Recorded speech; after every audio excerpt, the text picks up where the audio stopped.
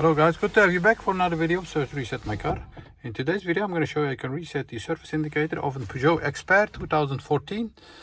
We had an oil change and there is an upcoming service indicator over here. I just reset it, so it's now up to 30,000 kilometers. And I'm going to show you in this short video how to reset it for yourself. Before we start, I want to mention our YouTube channel, Service Reset My Car.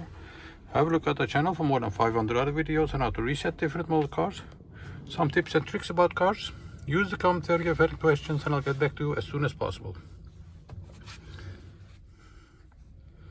Okay, let's start by turning the ignition off. Then there are two buttons over here. We're going to use the right button, press and hold it while you turn the ignition on to the second position. There will be a timer. Wait for it to reach 0.